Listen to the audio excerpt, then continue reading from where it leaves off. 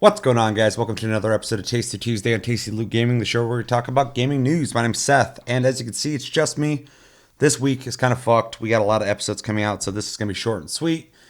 I just, as of like 5 minutes ago, beat Final Fantasy X, so I will be able to talk about that in full detail very soon, within the next 2 days, for Game of the Month, which reminds me to let you know that our game of the month for this month is Final Fantasy X. So make sure to play that. Come back in the next 2 days.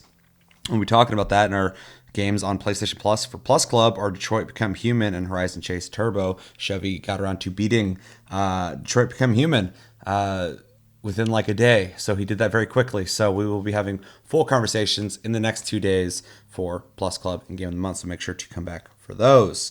It's the reason why this week is all fucked up, but we're getting the content out.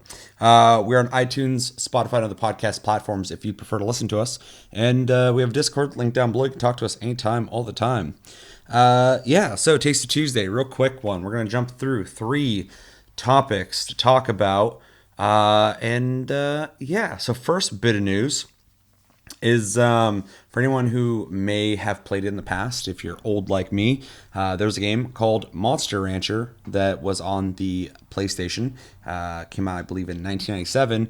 Well, apparently that is getting a re-release in Japan and possibly here this year. It will be called Monster Farm, and there is not a whole lot of details on it, but it is speculated that it will be coming out for PS4 or PC or mobile. According to Game Informer, which I have not heard that name in a long time, Koei Tecmo has announced it is re-releasing a new version of the original Monster Rancher, I almost said Hunter, called Monster Farm in Japan sometime this year. The company announced the news via the Japanese language Twitter account for Monster Rancher, created back in February, as well as a new teaser website. Despite the language barrier, you can pretty much get a gist of the news from the post. I'm looking at it right now. I don't get the gist from the post. Gematsu has some additional details via translation, though we still don't know much. The wording around this release points to it being a digital one, which means we may not see a physical version of this port, which makes sense to me. We're still missing some major sticking points for any re-release of the title, however. For one, we don't know which platforms it's coming out just yet. And additionally, one of Monster Rancher's major features when it released for the original PlayStation back in 1997 was the ability to temporarily swap the Monster Rancher game disc for another CD to generate a new monster, a functionality that may not be available in the re-release. In fact, I would be very surprised if they brought that back. I think there's a market for that. Let's see. A functionality that may not be available in the re-release or could be implemented in a new way. Plugging in a USB drive with MP3s on it comes to mind. Of course, we don't know whether it'll come out in the West at all. So that is the news. Now, I actually owned this game way back in the fucking day on PlayStation. Me and Chevy used to play all the time. We actually liked it a lot. It was kind of Pokemon-esque in the sense that you were trying to catch them all. The only thing is you had to have CDs that you put in, and it would generate a monster, which was actually kind of a neat idea, especially back then. Even now, I think it's kind of a neat idea. And then the game had a lot more going on when it came to like taking care of the animals and breeding them. It was less about the fight, even though you could do that as well. And there's a certain element of like trying to find the monsters via the CDs and like looking up which CDs had what monsters. Because I remember I think one of the rare monsters was like on like a Hanson CD. I don't know if you guys remember that fucking band or not either. It's been a while. I'm dating myself here. But overall, I think this is really interesting because I've been wondering if this game was ever going to come back. Is there room for it? Is there a demographic for it? I think there could be. But the whole niche of this game was the CD aspect. So without that, I don't know if you'd be getting much out of this brand outside of just a cash grab on people who are familiar with it. They are changing the name, though, to Monster Farm. So obviously embracing, like I said earlier, the aspect of taking care of the monsters, breeding them, and kind of, doing the whole farming aspect of it. But I feel like this game would need still some kind of interesting way to capture or get these monsters through some kind of means that's more so than just walking around and finding them in game. So I'd be very curious to see what they do. As for what I think when it comes to what it'd be coming out on, I think mobile, like on your phone, is a pretty safe bet, specifically if they were going to take a route of using MP3s, which I still think almost seems unlikely, even though that's probably what they should do if they're going to go this route. I don't know what they're going to do, but it would seem like that'd be the better route. I mean, unless they connect to your fucking Spotify, I don't know how the hell that would work. Everyone's streaming music nowadays. It's such a weird thing to see this game potentially coming back. And again, this may only be coming out in Japan, but I thought it was interesting enough because this is a old franchise that pretty much has disappeared. So the idea of it coming back in any capacity is definitely worth taking note of. And yeah, I kind of hope to see it come back in like an interesting way and in a way that might come here and utilize some kind of data to create monsters. I think it'd be a neat game to have in like 2019. We don't really have a whole lot of games like that. Yeah, so pretty cool all around. We'll see where it goes. Let me know in the comments. Did you play Monster Rancher back in the day? Have you heard of it? Have you not? Does it sound interesting? Does it not sound interesting? What do you think about Monster Farm? Does it sound like a game you would play? What do you think it's going to come out on? I think it's going to come out on console, out on your phone. And how do you think they will handle the acquisition of monsters in game? Do you think they'll try and keep it traditional and have some kind of external data that will create monsters, or do you think they'll do it all in game? Let me know everything you're thinking about when it comes to Monster Farm in the comments below. It's a very quick and easy news article to go through. Second bit of news is, Control's coming out soon. We've talked recently about how Remedy may be making an Alan Wake 2, and so far I've heard nothing but good things. People want it, and it's great to hear because I'm a huge Alan Wake fan. But before we get that far ahead, Control is still coming out. It's their newest game, a game I know nothing about. But everything I see on it looks awesome. Now, just so you guys know, I'm a big Remedy fan. Everything they've made, I think, is fucking awesome. Some much better than others. I'll let you guess.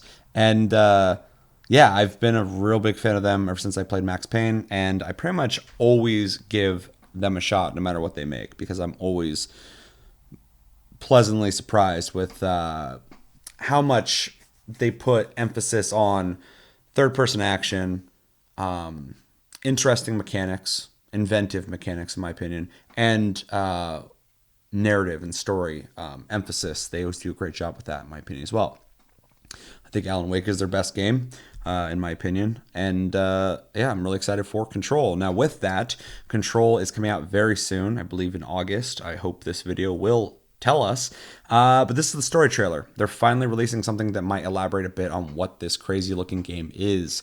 For anyone who's familiar, they've shown a couple videos for Control, and all we see is some really interesting, almost real world meets futuristic, obelisk-esque sci-fi environments.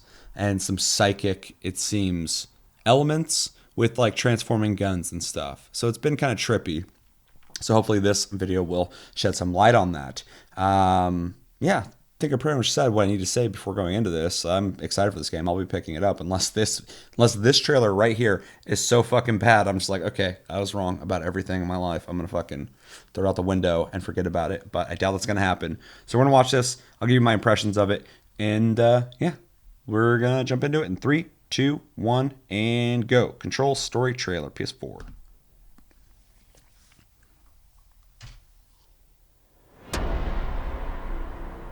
I'd like to tell you about a dream I had last night. Tell me all about it. In my dream, the hiss had broken free of this prison, this house. At first, many people thought it was horrifying. But also, many people wanted to welcome the hiss in. funny.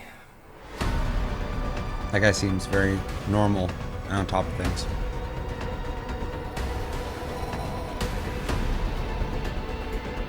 I love the visuals.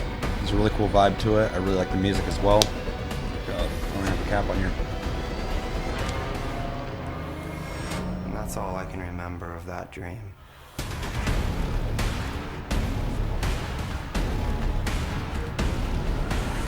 I love that there's almost a horror vibe to this as well. This is an ordinary song about an ordinary girl from an ordinary... All right, so August 27th, right around the corner. That was a story trailer that I didn't get much story out of. Apparently you have a crazy guy who had a dream and some trippy shit. So I don't think they really elaborated on much. Let me know in the comments if you know something I don't. Without spoilers, if you somehow are an insider and you know some shit, I don't want to know about that. But yeah, I mean, again, this game, every time I see it, looks awesome. I love the dark atmosphere to it, the almost horror-esque, cerebral horror aspect to it. Kind of reminds me of that one fucking movie from back in the day. I can't remember the name of it. Doesn't matter, but maybe what's her name? I can't remember the name of it. Anyway, it has a similar style to that, but yeah, I want to know what the story is going on here. Hopefully, when I play it, it's a little more straightforward than that. But yeah, love the style, love the music, love the atmosphere. Love what they're doing here. I kind of dig that they're not really telling you much about this. I feel like most of their games, they give you a little bit more, even though I think they're pretty secretive. Like Alan Wake, they weren't really necessarily telling you much about that either. Quantum Break, they're pretty like, this is what it is, and you played it. So, but yeah, I'm really excited for I don't know what, but it's looking cool. So pretty excited to play that, and I'm really hoping for an Alan Wake 2. Man, that's a tough fucking one to talk about or react to. Let me know in the comments though, what do you think about, first off, this story trailer? Did you get anything out of it that I didn't get? What do you think about the visuals? And do you think this game's gonna be good? Are you excited for Control? Are you not excited for Control? Do you like Remedy? Is there games that they've made that you are a fan of? Are you not a big fan of them? And if you haven't played Alan Wake, why not? Let me know in the comments below. And yeah. Last bit of news. Man, this is flying by. Okay. Recently, talking to Respawn, it was brought up that Star Wars Jedi Fallen Order seems very similar to Sekiro. Respawn has apparently confirmed. Yeah, it is. So via GameSpot, we're going to jump into this. So, in case you somehow don't know, Star Wars Jedi Fallen Order is a third-person action Star Wars game coming out from Respawn Entertainment, the guys who made Titanfall 1 and 2, ex Call of Duty devs. Yeah, so let's jump into this. Though Star Wars Fallen Order was well into development before the release of Sekiro, Shadows Die Twice, which is an interesting thing to know already. Respawn has confirmed its upcoming game is very similar to From Software's title. Fallen Order lead combat designer Jason D. Harris takes comfort in that comparison. In quotes, he says, "I thought it was pretty badass and a little comforting to know that you could make this type of game without a stamina bar," he said in an interview with Edge Magazine, according to WCCF Tech. "They let you attack, they let you roll, they let you do all this for free, and then the AI will tell you if you're doing the correct thing. It just confirmed to us that you don't have to limit everything the player does, let them have a little more agency, and then let the AI give them a slap on the wrist or punch in the face. It was a positive thing for us to know there was a game that was similar to ours, very similar." So it's interesting that both games have been in development. This one's going to come out later, but they are kind of similar, but the same sense. And this is obviously just my opinion. From Software's been making games like Sekiro for a while. So obviously. Continuing. The comparison to From Software's most recent game makes sense as Respawn turned to the studio's older games as inspiration to Fallen Order. "I've been a huge fan," in quotes, a huge fan from Software I've been a huge From Software fan since Kingsfield, Fallen Order game director Stig Asmussen said. I mean, Kingsfield 2 is one of my favorite games ever. I've never played that. But it's not about you liking a game and trying to make that game yourself. It's more, what can we learn about what's fun about it? Excuse me. In our time with the E3 2019 Fallen Order demo, we saw numerous mechanics and features inspired by From Software's games, including checkpoint idle to upgrade your abilities, the loss of all in-game currency upon death, and challenging but fair combat. See, that's interesting. I didn't know about the loss of in-game currency upon death. That's like right on the fucking nose. Because when I saw it, I was like, man, that game looks a lot like a From Software game. So it's interesting. However, when it came to the traversal mechanics, Fallen Order took most of its inspiration from Metroid Prime, with force powers and droid upgrades acting as a lock and key mechanism for exploration. Metroid absolutely served as an inspiration for us, Fallen Order lead level designer Jeff Majors told Game Informer. What the Metroid style level design does for us is somewhat of a way give the player guided exploration, a ton of freedom within the world, but at the same time we can deliver really handcrafted moments and really focus on moment to moment. Star Wars Jedi Fallen Order is scheduled to release on November 15th for Xbox One, PS4, and PC. So this is actually really interesting, and I say it a lot, but I think a lot of things are interesting. So we have the direct comparisons to Sekiro, which I think a lot of people kind of saw, but I think it's also more worth noting that it's just more of Soulsborne. A lot of these games have these similar systems. Sekiro didn't start that. It's just the current game. The influence is obvious. When I watched it, I mean, a lot of people weren't even talking about it when they first showed off the game, which I thought was kind of weird, but like, as soon as I saw the lock-on mechanic and the slower combat of like dodging and like hitting and stuff while they're going to attack, it's the first thing I thought. I was like, it looks like a From Software game almost. A couple things though also worth noting in that though is them talking about Metroid, which I never thought about. I never made that connection. So that's something I just was not on top of, but it makes sense. They're going to be giving you tools to enhance your exploration, which again could be a From Software-esque thing as well, as all those games typically have multiple paths that you open and lead to areas you'd been at before, which I always thought that level design is immaculate and amazing from Software. No one's been able to rival it yet, but again, that does kind of harken back to Metroid, so that's kind of an interesting take, and they pretty much confirmed it. So that's really neat. Another thing I want to add as well is I see a lot of Uncharted in this game, and I guess you could say almost any third-person story-driven game that's on PlayStation. But I think Uncharted really kind of made the standard for that. Last of Us, anything by Naughty Dog. So we're getting essentially a Star Wars game that is a Soulsborne, Metroidvania, Uncharted game. And for me, the reason I even wanted to talk about this is mostly I want to hear what you guys have to say about your opinions on this, because I've talked to quite a bit of people within the community and people outside the community about this game. Some people are really excited for it. A lot of people are pretty meh about it. And some people were pretty underwhelmed by this game, which I thought was kind of interesting because typically with Star Wars, that brand can sell you almost anything, it seems, or did seem for a while. And for me, when I saw it, I thought it looked really cool.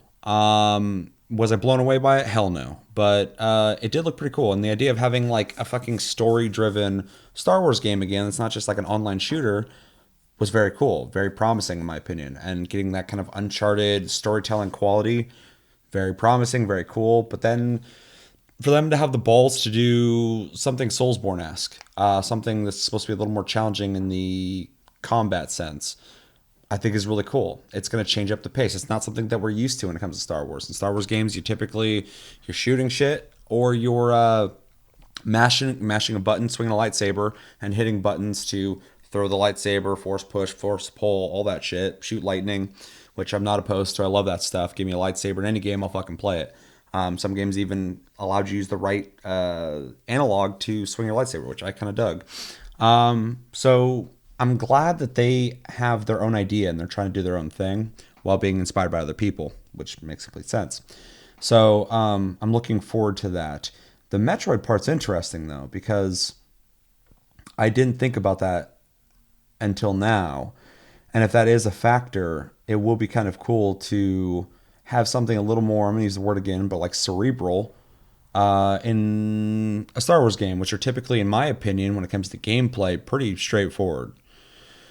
Having to get upgrades, droids, or whatever they're talking about specifically, and be able to access new areas in reference to like Metroid is unexpected, but also welcomed for me, just because it sounds like there's going to be more methodical layers to this game than you would expect from a game like this. And I think that's awesome. So far, everything about this game is seeming to me more surprising than I would assume. But at the same time, when I watched it, I didn't really feel a whole lot of what they're talking about. So I'm hoping there's a lot to this game that we haven't seen yet. Something that can get everybody excited for it, because we deserve a good fucking Star Wars game. It's been so long since we've had one. And I'm hoping this will do it. I'm a big fan of Respawn. I think they're really inventive and really smart and really capable of making, first and foremost, fun gameplay and really smart mechanics. Look at Apex Legends. Taking a tired genre and for like 5 seconds, making it exciting again. So yeah, all in all, really excited for this. I'm glad that they are not only confirming their inspiration, but also excited that people are drawing those parallels, those comparisons. Some people will always go, oh, they're copying that and they're copying that. Everybody's copying everybody. That's kind of the fucking ecosystem. That's where the ideas gestate. That's where new ideas are born. That's where good ideas get better. And so, I never am like, oh, don't copy anybody. Like, no. Everybody take those ideas and make them better. So they have to take their own ideas back and make them better. So we keep getting better things and better things and better things. And I can be excited about the future of video games. So, quick little rant. Yeah, so I'm excited for this. I'm hoping it'll be awesome. I'm hoping we can see something gameplay-wise that will get us all excited for it. Let me know in the comments, what do you think about Star Wars Jedi Fallen Order? Are you excited for it? Are you not excited for it? Are you pretty meh about it? It seems to be a pretty general consensus. What do you think about the comparisons of Sekiro or Soulsborne games in general? What do you think about how they're going to do Metroid-esque exploration? And all in all, are you excited for this game? Are you going to pick it up? Are you not going to pick it up? Are you still waiting to be wowed by it? What's your overall thoughts on Star Wars Jedi Fallen Order and everything I've talked about today? That's going to do it for this episode of Tasty Tuesday on Tasty Loot Gaming. So always thank you for watching. Make sure to like and subscribe if you enjoyed this episode. Make sure to check out our other episodes. Check us out on Tumblr, Twitter, and Facebook at Tasty Loot Gaming. Check out my streams on Twitch at Tasty Senpai, all one word. When I do these episodes by myself, my fucking throat dries out so bad. Normally with Chevy or Chris, I can take a break and just like listen to them talk and then butt in and interrupt them the whole time. Yeah, check me out on Twitch, Taste Senpai, all one word.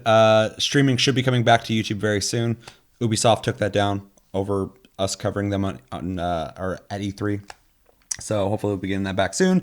Once we get YouTube streaming back, we'll be dual streaming, and I'll be streaming here soon once I'm done with this month. This whole month has been very busy. Yeah, we're on iTunes, Spotify, and other podcast platforms, and we have a Discord link down below if you'd like to talk to us anytime, all the time. My name's Seth, and until the next episode, we got Plus Club coming out tomorrow. We will be talking about Detroit Become Human and Horizon Chase Turbo. And then we got Game of the Month, where we will be picking next month's Game of the Month at random, I believe. I don't think Chevy's picking yet. That's the month afterwards. And yeah, we'll be picking the new Game of the Month and talking about Final Fantasy X, a game I just beat and have a lot to say on. I have a lot to say on it. So stay tuned for that. Until then, have a good week, guys, and take it easy.